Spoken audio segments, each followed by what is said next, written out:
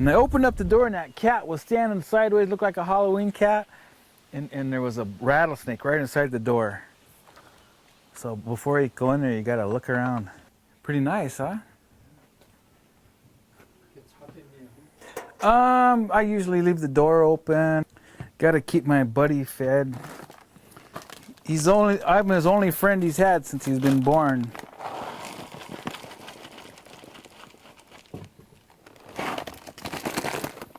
I used to leave that door open, and he would, it'd be all warm in here from the winter time, from warming up the stove, and then I'd leave, so I'd have to open my door up so he could go in and out, and 5 minutes later it'd be cold in here again. Yeah. So I put that little cat door in there. Now he can go in and out to the barn. Okay. Now I can close my door so rattlesnakes don't come in.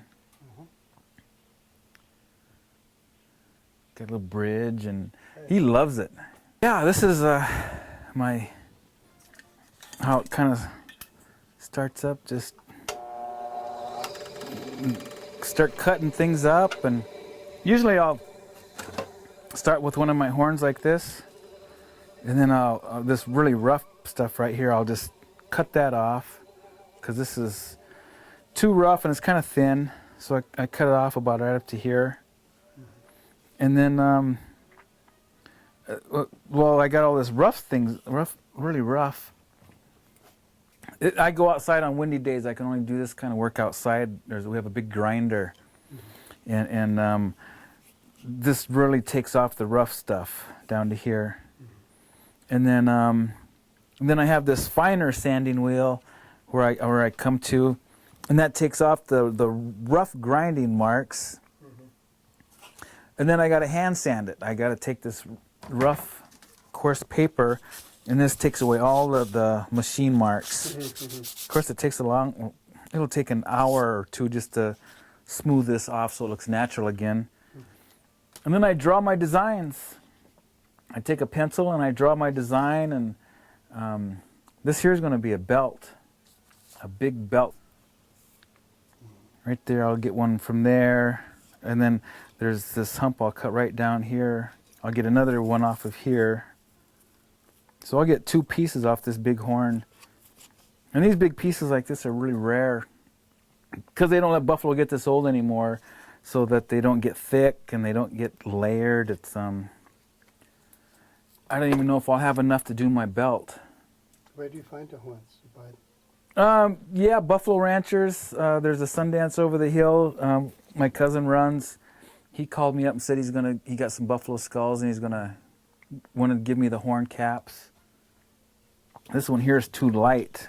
This will make some jewelry, but it won't be able to be good enough to make a belt or some horns I got here.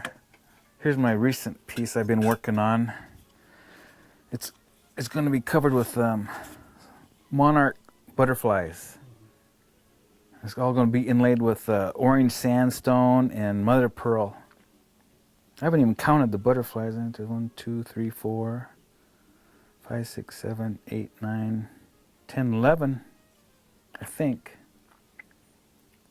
Pretty. This is really going to be pretty because it's so layered. Yeah, yeah. And it's thick enough, I'm going to make it deeper so that they really stand out.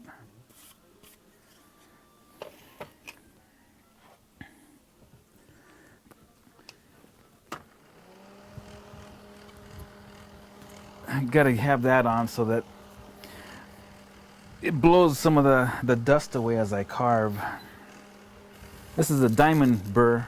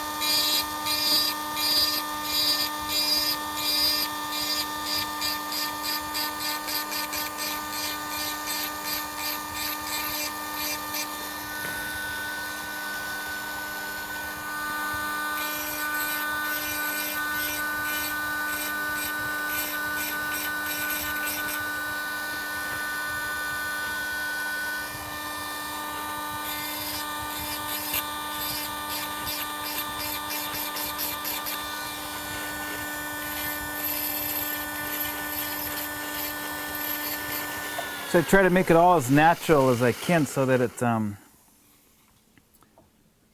you know, if it's not right, then I got to come back and do it all over again. And you have to hand polish. Well, right? and then yeah, this here, that's because it's with a machine. There's flat spots, and it just doesn't look like it has that natural curve. So then I have to come back and do every piece, and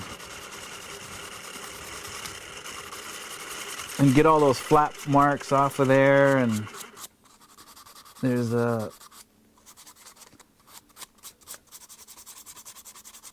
and then there's some scratches in there from some of the rough grinding and stuff. You got to make their bodies round. And then you have to cut the grooves in it for the inlay, right? After. Well, and then this is such a rough grit, and it cuts faster. Then I have to go to a finer grit, and then come back and redo every butterfly again with the finer grit, and get it so that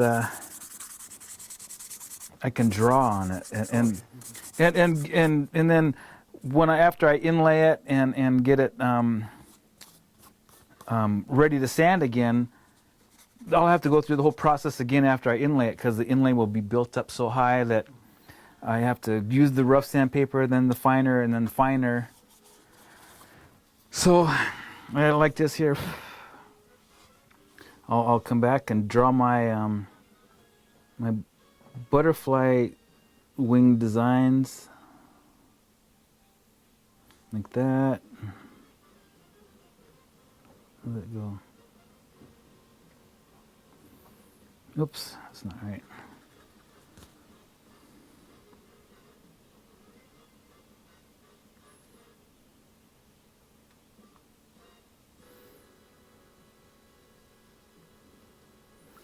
And there's all these little dots going here.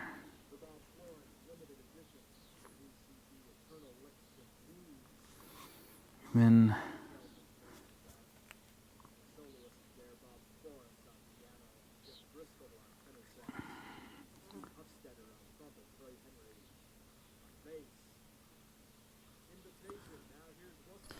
like that.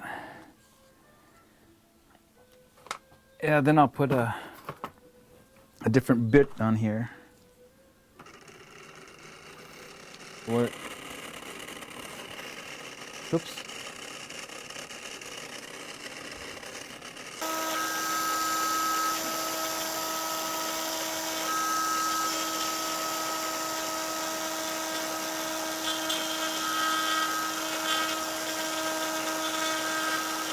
With the I think I have a picture of the like Sitting Bull, or not Sitting Bulls, Crazy Horses horn cup that I held.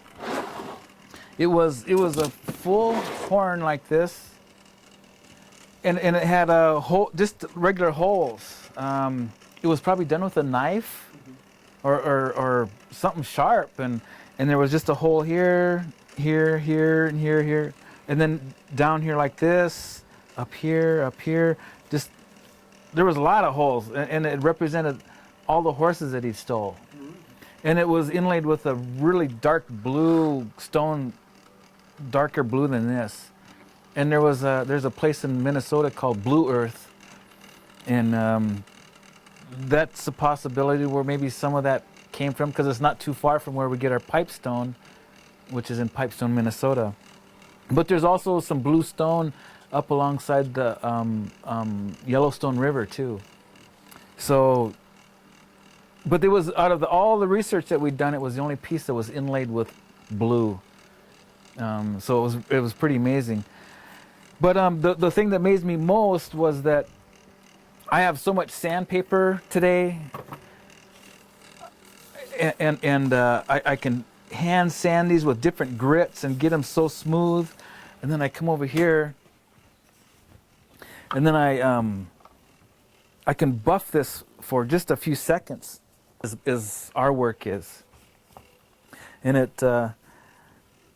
it's just so amazing that how they got their work so shiny, you know, without having the same equipment that I do. But watch how fast that goes from this dull to this here. It's that quick. It just, Yeah. see? And we found pieces that looked like glass, looked like somebody had worked on it all day shining it. And I thought, this is unbelievable. This was made 200 years ago, but yet it's as highly polished as mine. And the work was, they would have porcupine quills wrapped in hair, horsehair hanging off the end here with beads on it. And that kind of work would win any art show that I do today. It was so cool to see those old things and to know that I'm doing kind of the same thing, you know, that it's, I'm still carrying it on. Before this, no one even knew what it was. When I researched this work, there was really nowhere to go here either. We have none of our ancestors' things that they made here. It's all on the East Coast. And it was like touring these collections in these drawers and these dark hallways. It was like looking at trophies of war. And there was baby items and women things. Many people collected them and took them with them. Yeah, Sure. you know, battlefield Yeah. souvenirs, maybe things that were taken from when kids went to boarding school, and you know, parents used to dress their kids up and take them to boarding school and put them in uniforms. Yeah, I was. I think these might be the.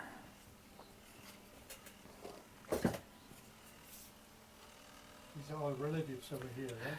Yeah, these are.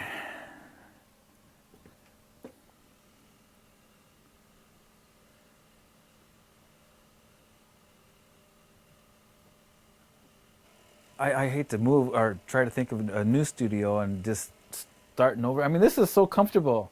You know, my cat grew up here. He loves it. Yeah. He knows when I quit carving, he jumps up in my lap. There's a bone right there, and then that just slides over. That's why it's called a horn cap, because There they. is a bone I inside. see. Yeah. It's a bone, It's a a- white bone. Yeah, You and already- and this horn is actually like hair. It's like, if you look underneath the microscope, it's like matted hair. I think you can even see underneath here some hair and stuff. These little pieces right here. It's just really compressed, compacted hair. And so I guess there's kind of an impermanence to this work. I mean, I don't know if it'll be around 1,000 years like a piece of sculpture, stone or bronze, but you know, is anything really permanent? You know, everything evolves and changes, and I think people have said they've had our jewelry for like 10 years and it will kind of lose its shine, but it takes on another patina to where I said, "Do you want me to shine it up?" And they'll say, "No, I love it the way it is." You know, it's taken on a life of its own. So I never knew that there was actually bone inside a horn. In cows too. Is that it right Yeah, there? there's a cow right there. So where you have that red is the bone. Yeah. Stop. Uh-huh. Okay, that's the bone. Yeah, this is and the these, bone. Oh, that's why they call buffalo. They're caps. Horn cap, yeah. And so they come on there. So when you take them off, they're hollow. I Mhm. see. And it almost, you probably rub that on your pant leg for a few minutes and almost get a reflection. It's almost already shined up. Oh, that's in its natural state? Yeah. Hmm. Just by rubbing it, it'll get that shine. And this is probably from rubbing on a creek bank or on brush or rubbing on another buffalo, or it's hollow up to there. This one's probably hollow about up to here, so it's. Some are younger. You think they're younger when they. Oh, yeah.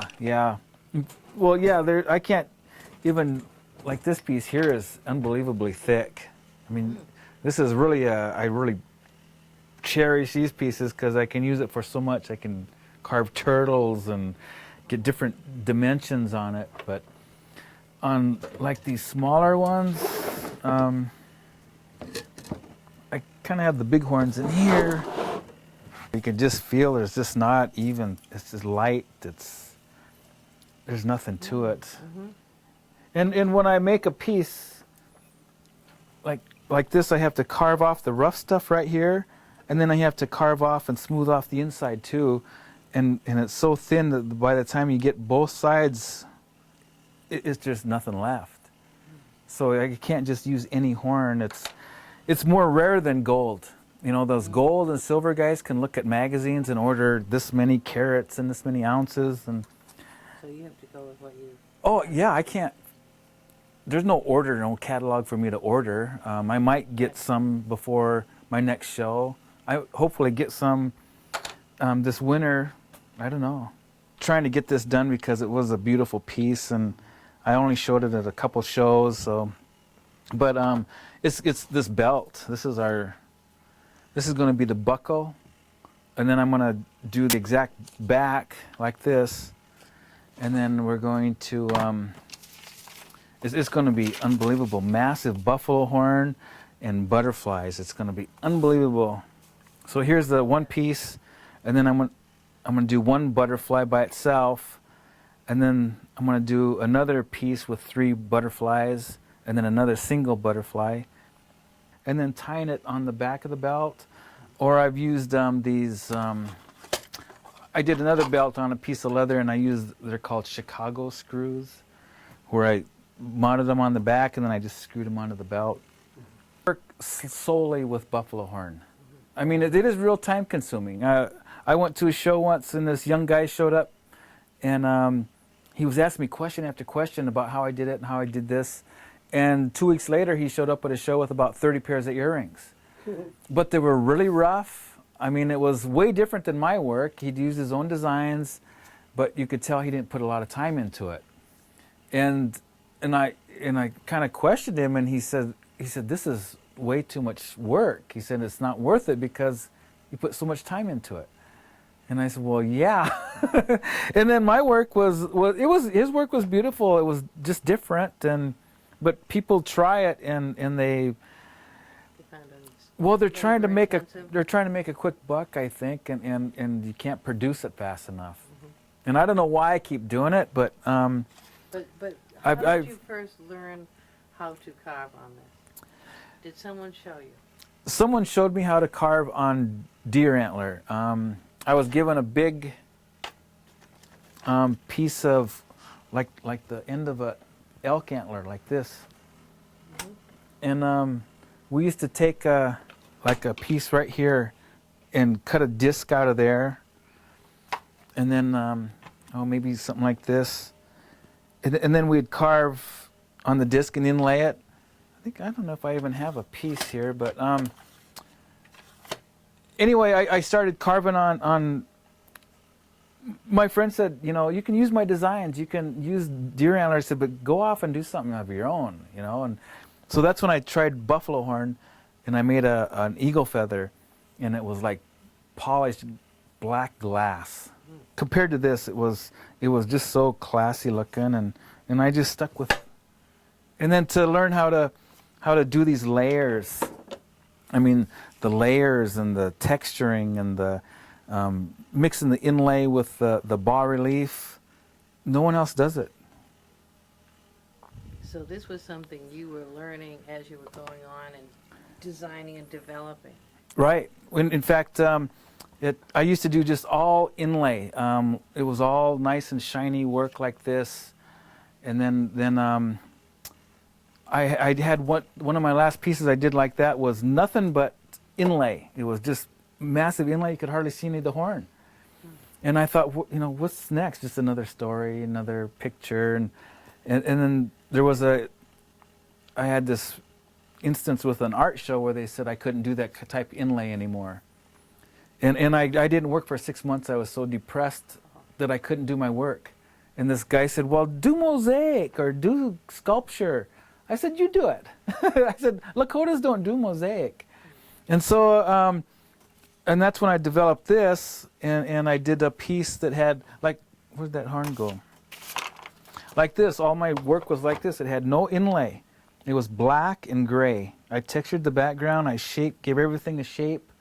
And it's still beautiful. We went back to Santa Fe Indian Market and still won a couple first place ribbons with it. But the public, I was known for my inlay because it was so beautiful, and all my jewelry was black and gray, and we took like a 90% cut in sales for like 3 years. But that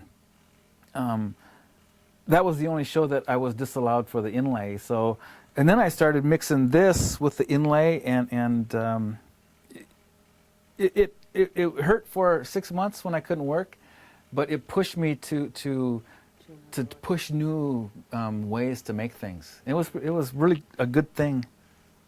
What happened when you went, how did it happen that you went to the Smithsonian to see some of the work by other people before you? Well, that was part of the thing, was that I was so distraught about the inlay. I knew that I had seen photographs of Northern Plains inlaid work because they said it was a Southwest art form. And so I knew about, that's when I knew about this Smithsonian research grant fellowship. And I applied and I got it because I was so determined. I wrote a really good proposal. And so this is when we went to look, and they took us right to the pipe section and started showing us lead inlaid into pipestone. And I said, this isn't what I wanted to see. And the curators, they didn't even know if they had any inlaid horn or bones. And so we started looking at all the natural stuff, and we found like maybe 10 pieces of buffalo horn that were inlaid. And they said, is that inlay? And I said, yeah, because there was some pieces like on that horn cup that belonged to Crazy Horse. There were some pieces that had come out, and then some pieces were still inlaid with the blue. And so I got to hold this horn cup like this that Crazy Horse had drunk out of, you know. And it just gave me goosebumps to think that Crazy Horse held this. He made it, you know. And it was just like, it was really emotional. I was glad Valerie was with me because every night we'd talk about what we saw, and it It was. must have been encouraging to see that was done, that inlay type of work was done on buffalo horns, and you knew that somehow you were getting a message to continue this work. Well, and another thing that we wanted to do too was, as we talked about the curators, was that we had to go clear to Washington, D.C. to see these things. Why isn't these things here for our young people to see here? Mm-hmm. I mean, there's a lot of shabby art out there where we have no examples to see what our ancestors made and how the quality, I mean, we had basic materials to make things with, and these things that we were looking at out there were so beautiful. I mean, it brought tears to our eyes, the beadwork, the simple drawings, the design concepts. Mm-hmm. And I don't see any of that today here in modern day Indian country. But so part of that whole dream that came out of that, we were so overwhelmed with everything that we saw. And we came back and we thought, what could we do with all this knowledge, these connections? And so we wanted to somehow, we don't know how to go about it, but pick 2 or 3 kids a year and take them out there. And take them to the Smithsonian. Take them to, we saw things at Harvard, Salem, the Peabody Essex Museum. And you know, we made these connections with these curators, and they said, you're welcome back anytime. And if you could make a difference in a couple of young artists' lives to inspire them to see things that their relatives made, I think it would be so cool. Especially when you think of what they dealt with for tools. Yeah, they didn't have this, electricity and They didn't lights. have any of this, and yet that desire to create art is so deep. Well, it was out of love. All this stuff was made out of love for our relatives. Mm-hmm. And so, you know, you think that love is so powerful that, I mean, today things, we make it for sale. It's kind of a tough thing for us to juggle. You know, this is such a sacred material. How do you sell it? You know? But, you know, I guess everybody can justify why they're doing something. You don't have to justify it. I mean, it's some people paint on canvas and you do it on buffalo horn. Yeah, yeah, and you know, we were taught that I was really apprehensive about using pipestone. You know, here's some pipestone dust right here, and I even asked somebody once. I was asked a medicine man about using this pipestone, and he said, I said, should I use it? And you know, I was putting at risk my business. I even asked about using a buffalo horn. And they said, well, yeah, we used everything. We never threw anything away. And this has all been thrown away. And you know, and that's when I get everything that I can. I make things out of it, and it's beautiful, and it carries something on. But even this dust was used for paint. You know, on like sun dancers, they mix this with a grease. And then they would paint it on so they wouldn't get so sunburnt while they're out in the sun all day Oh, long. is it the registry? Oh, And you use it in inlay? Yeah, I've used it for inlay, and this is, you know, this pipestone is blood of the people, and that's why we make our chanupas out of this. But today there's also a red ring of dirt that runs around the Black Hills, and it's called the Great Racetrack, and that was, I don't know if you heard the Great Racetrack story, but in the beginning there was all the four-leggeds and the two-leggeds and the winged. They didn't know what to do or what to eat or nothing, and so they went to the Creator and the Great Mystery, and they said, okay, we will race around the Black Hills, and whoever wins the race will eat the other one. And so there was the four-leggeds. Everybody was racing and raced around and around the Black Hills, and of course the buffalo was the biggest, strongest one. And they used to eat the people. Did you ever see their beards? The buffalo. Well, that's the pony. That's from us. That's from our ponytails. That comes from that time. But in this race, the whole time during the race, the scrawny human beings, weak, they were way in back of the pack. And the buffalo was winning, and right before the buffalo crossed the finish line, there was a magpie, the slowest bird, which represented two-leggeds. He flew ahead and beat the buffalo. And so today, that's why we eat the buffalo today. But we raced for so long that the buffalo's hooves bled and turned the ground red. And so I thought it was more appropriate and went with the material that the blood of the buffalo inlay into the horn, buffalo horn, instead of the blood of the people. So it's kind of the same color. It's really a dark red. I think I have some here. This is the blood of the buffalo. wow, amazing. So yeah, I like that, the blood of the buffalo into the buffalo horn cap. We see new artists come up every year, and you know, I've been to these schools over here, and I've seen amazing artwork from these kids, you know, drawing these cartoons, and there's just no instruction for these young people. They have the IAIA, the Indian Art Institute in Santa Fe. We need to have one up here, maybe in Minnesota or I don't know, Rapid City, but somewhere up here, because that's Southwest, and we need to promote and advance the art here. It could really be a big thing for economy for the reservations around here. Create a lot of awareness, and that this culture and the things that come out of this has value. Horn cups that we started making since we found these horn cups in the Smithsonian and the other museums on the East Coast, and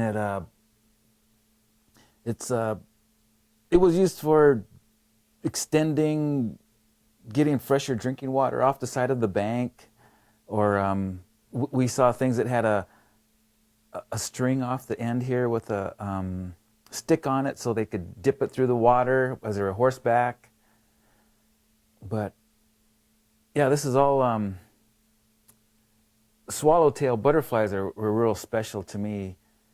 We see them all the time, and it's just like a real special gift when we do see one. We see a lot of monarchs, but the swallowtails are a little bit more rare.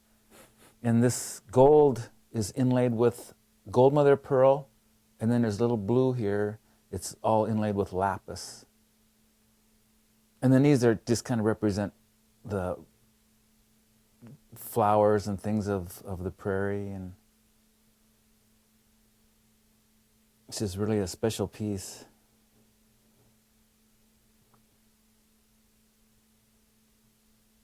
And then this is a new technique with the bas relief. It took forever to do the dots. People look at it and said, how'd you put that screen back there? And I'll say, well, it's not a screen. I had to do those one dot at a time. This is one of our most recent and probably coolest pieces I've ever done. This other one here, I started working on this one here as,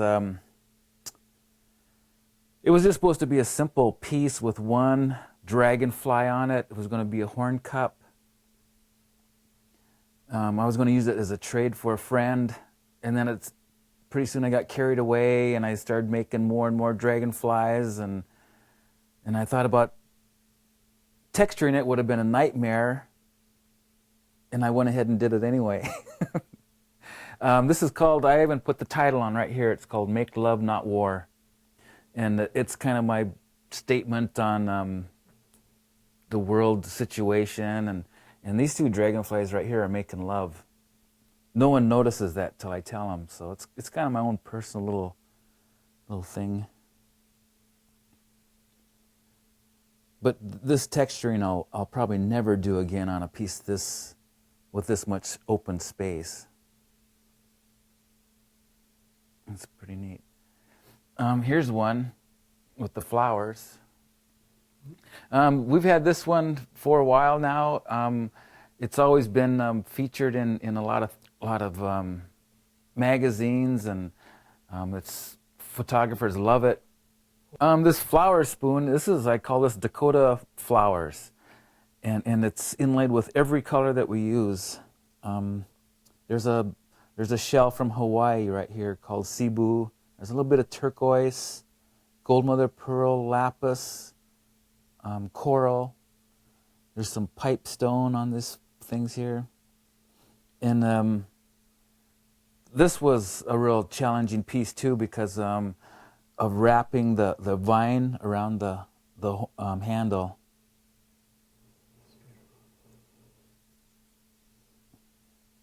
Yeah, this is one of my favorite pieces. We have it on our business card, and I'd like to show it off so much.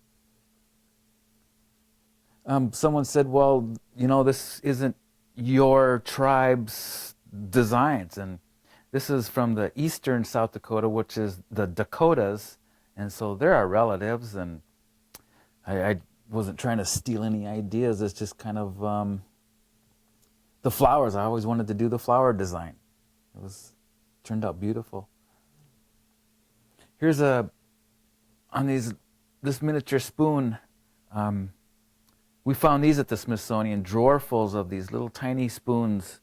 These were probably used for I imagine everybody must have had their own personal spoon. And it's just really handy. They're nice, and you could have them with you all the time. And we did the ones we saw that they were decorated, just beautiful.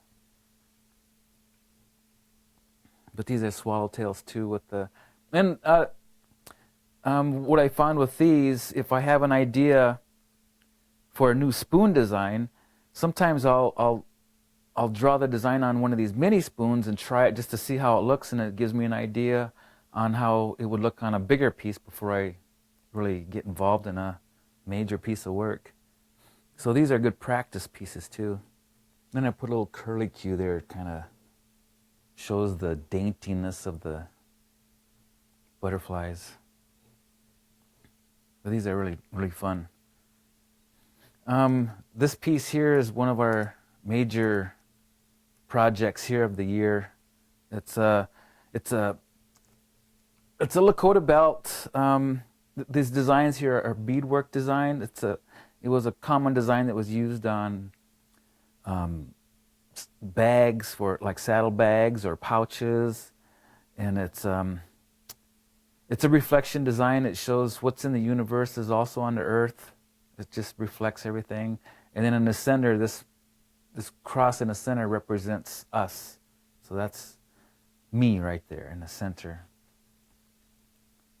and it's inlaid with the sandstone and the great racetrack clay and white mother of pearl.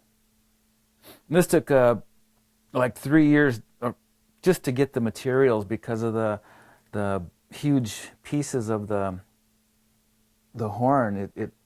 Some of the pieces you can see are curved, but most of them are as flat as I could have got.